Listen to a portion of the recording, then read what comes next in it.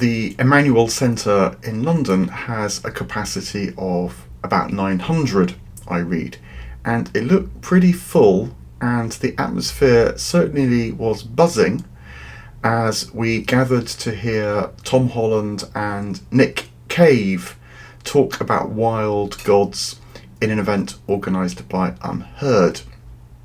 This is a kind of report, but also some reflections that came from a very stimulating evening chaired by Freddie Sayers, who incidentally is the kind of intellectual journalist not interested in sort of gotcha moments or performing his position, but genuinely interested to hear what people have to say. And that was much the spirit of the occasion. A friend also reminded me that it was in this very room that Jordan Peterson spoke at the start of what might be thought his global fame back in 2018. And so there was a sort of vague sense of, are we about to engage with another significant cultural moment? After all, Tom Holland's book Dominion has become a staple of learned comment with its thesis that pretty much all the values we have now originate with Christianity.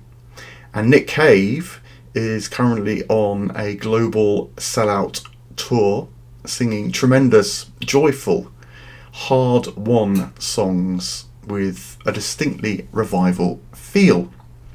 And Freddie Sayers did not hold back from asking the two whether they thought there was some kind of Christian revival underway, and their responses were interesting.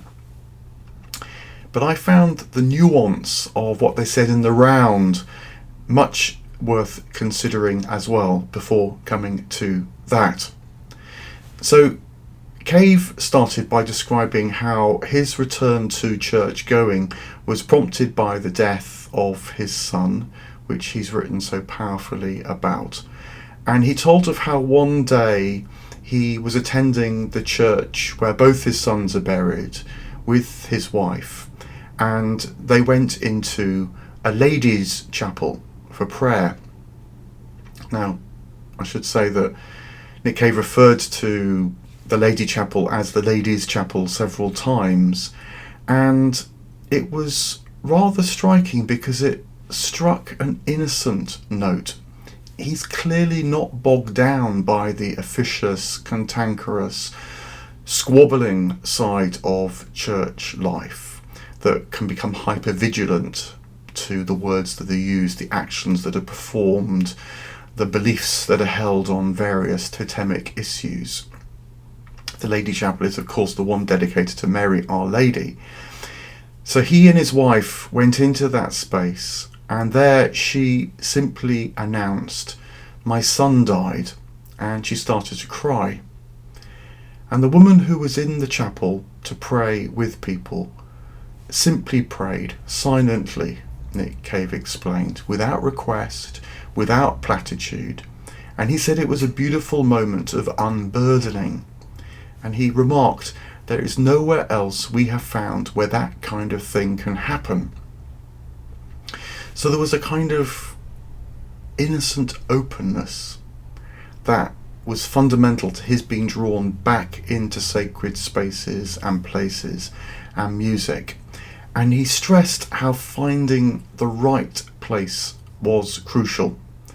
The church is going through a terrible time, both he and Holland stressed. And many in churches seem embarrassed or pushy or hyped up or apologetic about what they feel they have to offer, rather than simply standing in what they believe and letting that do the work. This standing seemed deeply attractive to Cave, partly out of a need, but partly because it's worth something for its own sake. And he went on to talk about that. He said that the church he regularly goes now to doesn't have guitars, thank God, he said, but instead there's a liturgical structure, and in that is found a space in which he said his imagination feels most vibrant. He said the same thing happens when he writes music. He doesn't sit waiting for special moments of inspiration, but instead structures his work so as to enable a gradual emergence of words and songs. Without any need for the effortful intervention of ministers or priests, therefore, his imagination can flow.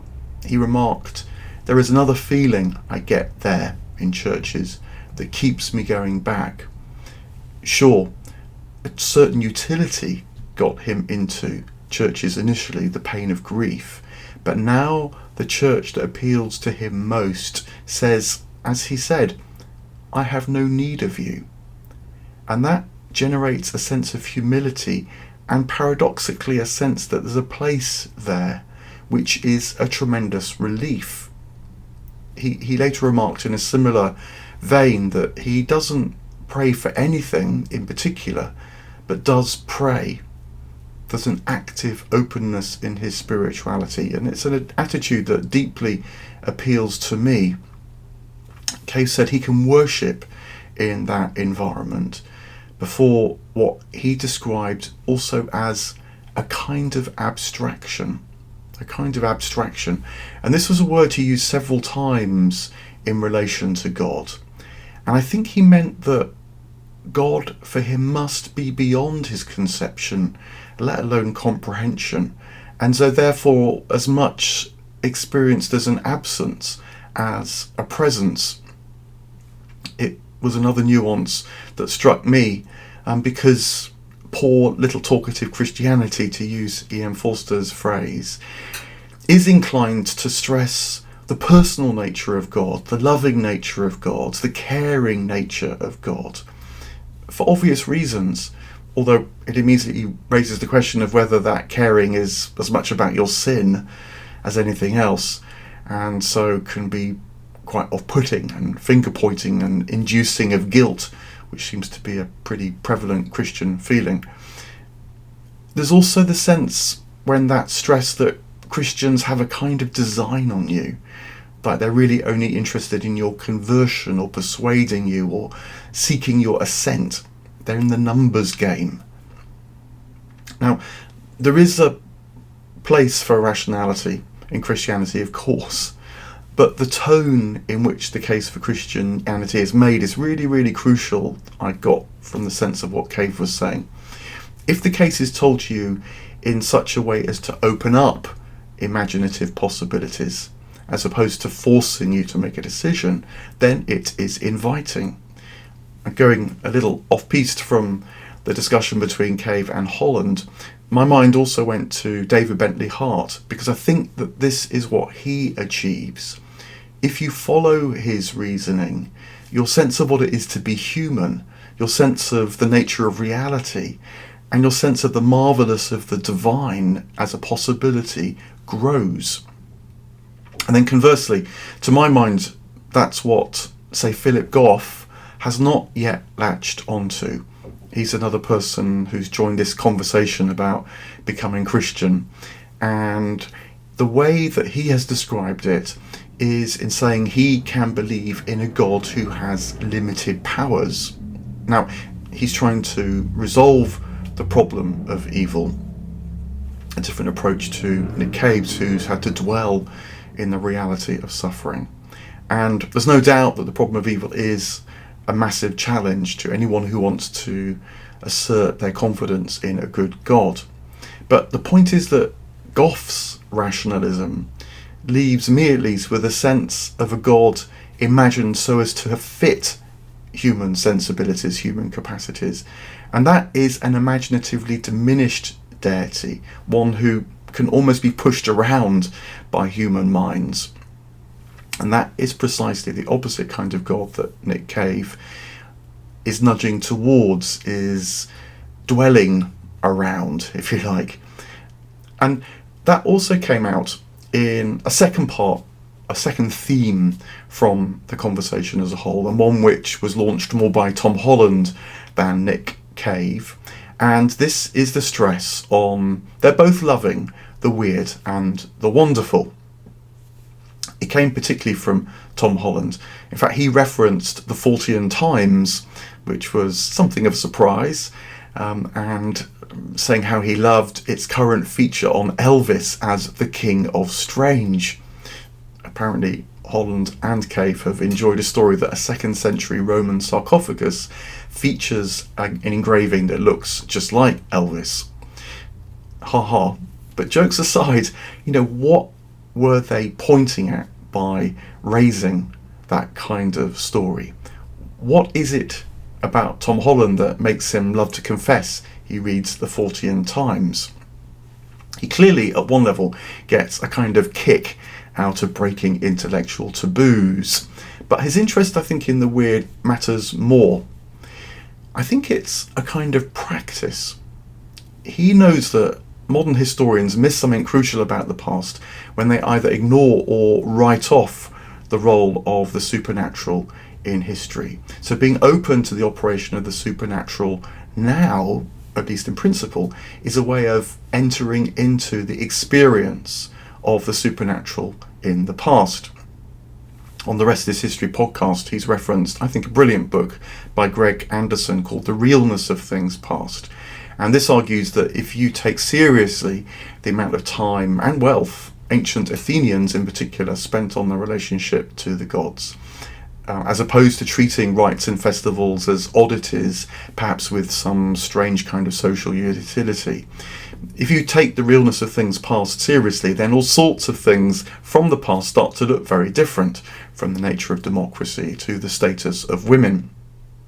You stop colonising the past with your own assumptions and both start seeing it more on its own terms, but also with the kickback that maybe your own imagination about what's really real can shift as well.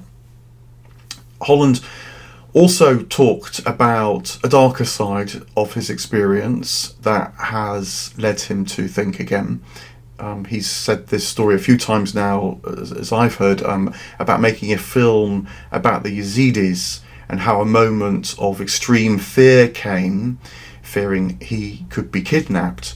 And in that moment he saw an image of the Annunciation and also felt as if it were an angel brushed his side. Another story he told, which he's told before, was of receiving a diagnosis for what seems like a pretty full-on life-threatening case of cancer, and it led him to go into the Lady Chapel in St Bartholomew the Great's church and praying wholeheartedly to Our Lady. And after that, the cancer, it turned out, was readily treatable.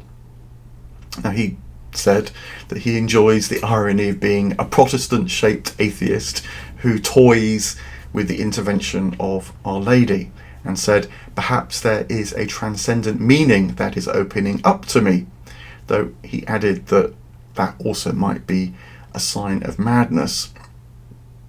But he said that he does call himself Christian partly because any candidates for experiences of the supernatural that he has come from within a Christian cosmology, say featuring Our Lady or the story of the Annunciation. More interestingly, in a way, he also referenced Origen. Now that's striking because Origen is an absolutely key early Christian intellectual, but one whom I imagine at least many Christians know pretty much nothing. Origen struck Holland because he taught that the Bible is like a house of many rooms, and in each room can be found a key that opens up doors to another room. And Holland said he loves this idea of Christianity because it makes it kind of like a puzzle, sort of fun. He said, maybe the world is stranger than I have allowed myself to think, and that makes life more interesting, and as he said, makes me happier. So it's not just a thrill, it's about something opening up. He also said that he partly calls himself Christian because of his well-known theme about the values we hold, or conversely reject, as a civilization being based in the Christian tradition, and he argues not coming from anywhere else. So take the inherent value of the human individual, which Holland said can't be rationally defended, and so rests on the story in Genesis about human beings, Adam and Eve, being made in the image of God. Now, incidentally, I'm sceptical about this thesis. For example, take the notion of atheism, which Tom Holland explains as emerging from the Christian urge to overthrow idols and be rid of superstitions. So atheism is just that same urge taken a further step, sort of throwing out the gods altogether. And he argues that's why atheism is a feature only of Christian societies. Now, I can't buy it, because in Islam, say, there's an even stronger urge to resist idolatry, which is why you don't see images in Islamic places at all. And yet, of course, atheism is not a feature of Islamic society. For myself, I think that atheism in the West is a byproduct of the rise of naturalistic explanations, which, when as an ideology, not just as a methodology, as science moves into scientism, that rules out any other kind of cause.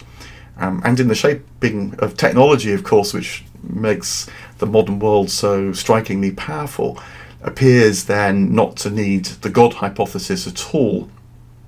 And similarly, I think that the idea that human uniqueness, individual uniqueness, rests on the idea of being made in the image of God is questionable as well. And for one thing, this phrase about being made in the image of God only occurs once in the Bible. But also before the modern period, it didn't automatically lead readers of the Bible to value the individual. Rather, I think in the before the modern period, it was the notion of humanity that was regarded as being made in the image of God, rather than every individual. Which is why, for example, when St. Paul writes that in Christ there's neither slave nor free, male or female, Jew or Greek, it didn't spark calls for abolition or demands for equality. That came centuries and centuries later, when other factors had come into play.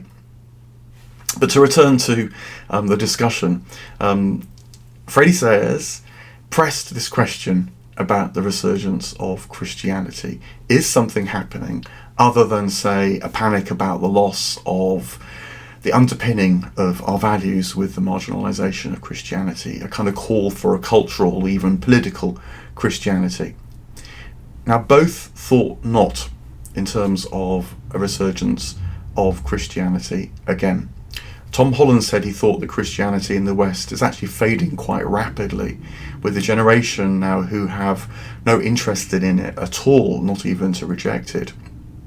Nick Cave agreed with that, but added something else which I thought was really interesting.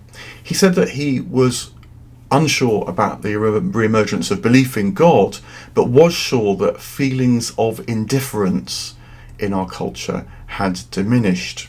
For example, he said he wouldn't have been asked to talk about his religious beliefs even 5 years ago, though he has been happy to talk about them for decades.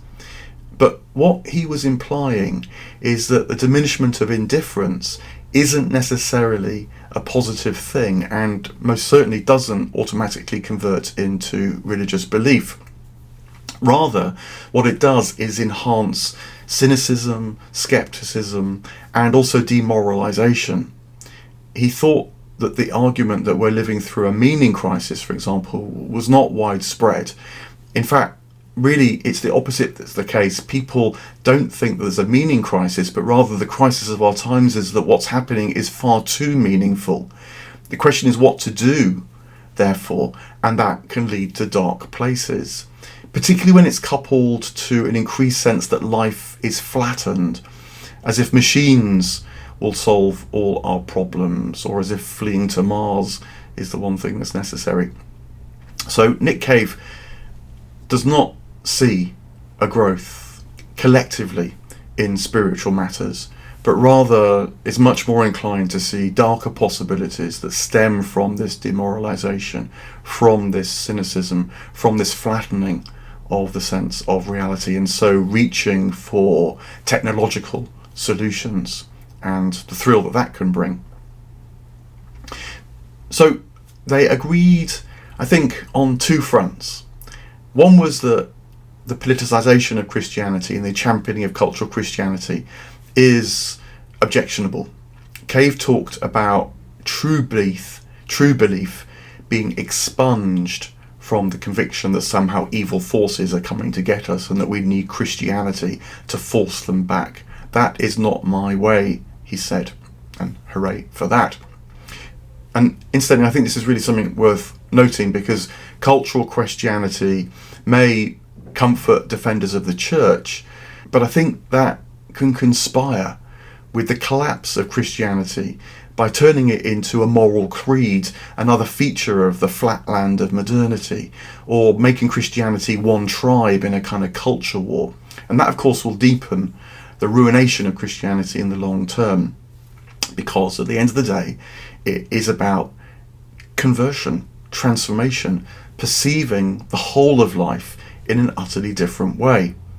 That our being is God's being is one summary that I find particularly fruitful. And then, relatedly and secondly, both Holland and Cave agreed that when it comes closest to Christianity, when they come closest to Christianity, that happens when they actually suspend their flatland assumptions, when they don't allow their Enlightenment, Protestant rationalism to rule their imaginations, and something else then can come in.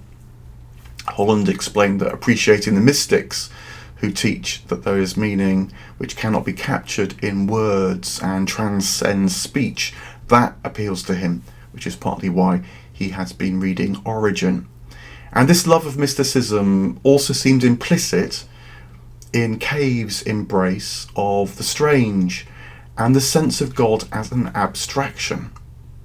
He remarked that giving himself to absurdity is thrilling, yes, but also that bowing to impossible claims has a profound effect upon his imagination. He says that he doesn't feel sceptical anymore, doesn't need to feel sceptical anymore, but instead has other ways of discerning truth that have emerged. Is a story or a confession beautiful? Is it enlarging of life? So I drew a couple of conclusions from the discussion that sort of help me to feel how I can engage with what's going on with a bit more nuance and understanding. It did stress certain things, that there are people who want to talk about Christianity again, but the interest is niche. But there are more people, perhaps many more people, who don't feel we can simply coast through life anymore. But they don't know quite where to turn for more than the consumer creed of more growth, more growth, more growth.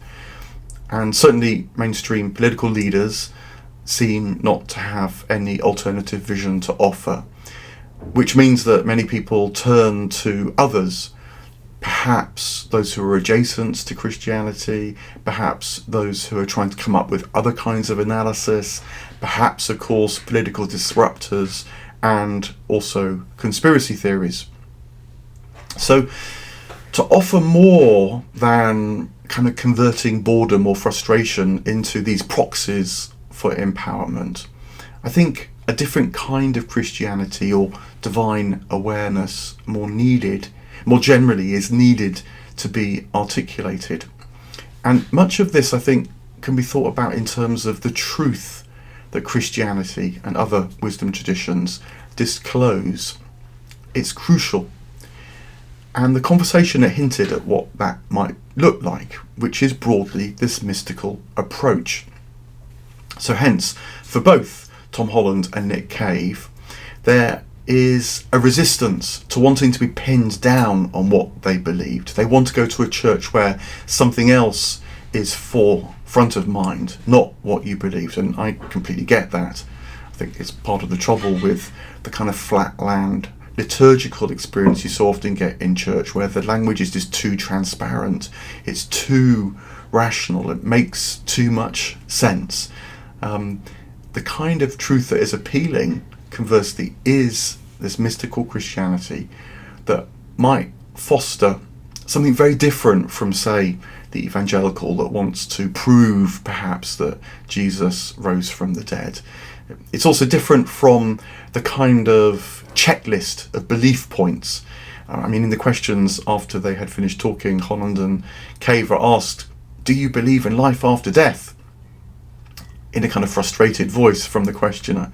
And as a point of fact, Holland said he didn't, Cave said he wasn't so sure. But the trouble is that if you try and nail what Christianity is about, or whether someone's a Christian, down to such checkpoint beliefs, you kill the spiritual energy. You actually perpetuate the undoing of things. Because the point is that Christianity is not at its best like that. It's more enriching the way in which the stories about Christ, for example, brings things into focus, as both Cave and Holland said. But also, I think more enriching again and implicit in what they were saying is that it places you at its best in front of the mysteries of life. And so therefore also the mysteries of being human and the mysteries of this reality in which we find ourselves thrown. These are often most keenly felt in periods of fear, as Holland confessed, or grief, as Cave has so remarkably said and written about. Holland said that Christians appeared embarrassed about their beliefs, and that can kill it. But I think that Christians being pushy or defensive or hyper enthusiastic about their beliefs kills it too. Cave's reference to God as a kind of abstraction is therefore intriguing to me and refreshing, because it pulls back from that. It carries a tone of what would be called negative theology. Don't think you know God if you want to relate to God, paradoxically. As the author of The Cloud of Unknowing advises, simultaneously contemplating nothing but God and removing from your mind any assumptions you have about God, be they profane or pious, is the way to go. You'll only know you feel a simple reaching out to God, the author says. What's left is a kind of meditation, contemplation, worship that is, as the Cloud author says, a gentle stirring or love for God, this emptying that then can be a filling from the divine presence that is in the cloud of unknowing. And that love, which results as well, lives in a kind of darkness that paradoxically connects you more closely to life in all its fullness. I think you feel this in Cave's music. It's born of darkness, born of suffering, and yet now it's full of a joyfulness that is deeply expansive and appealing, not shallow at all, but capable of saying yes to all things. And I think that's why it has this divine feel.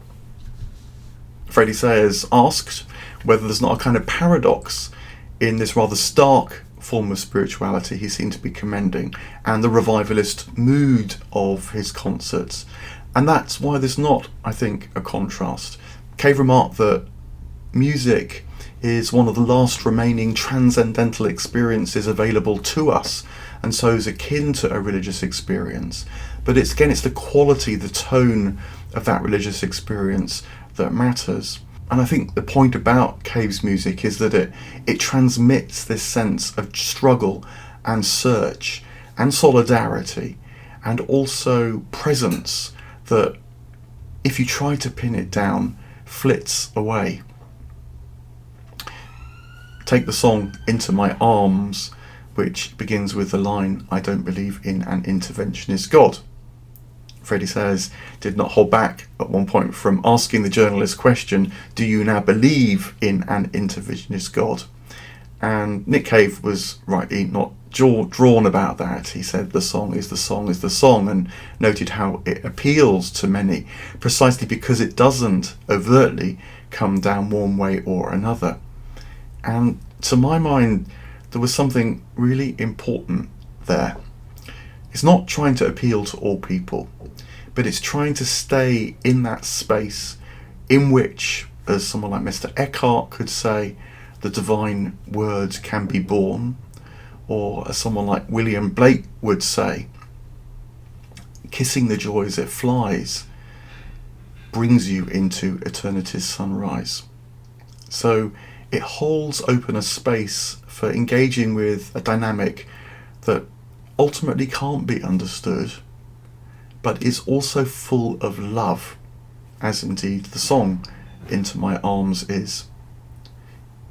I came away from the discussion feeling that if you capture that stance, if you can make it a life practice, as particularly Nick Cave seems to have done, then you commit to a vision that's most certainly worth pursuing.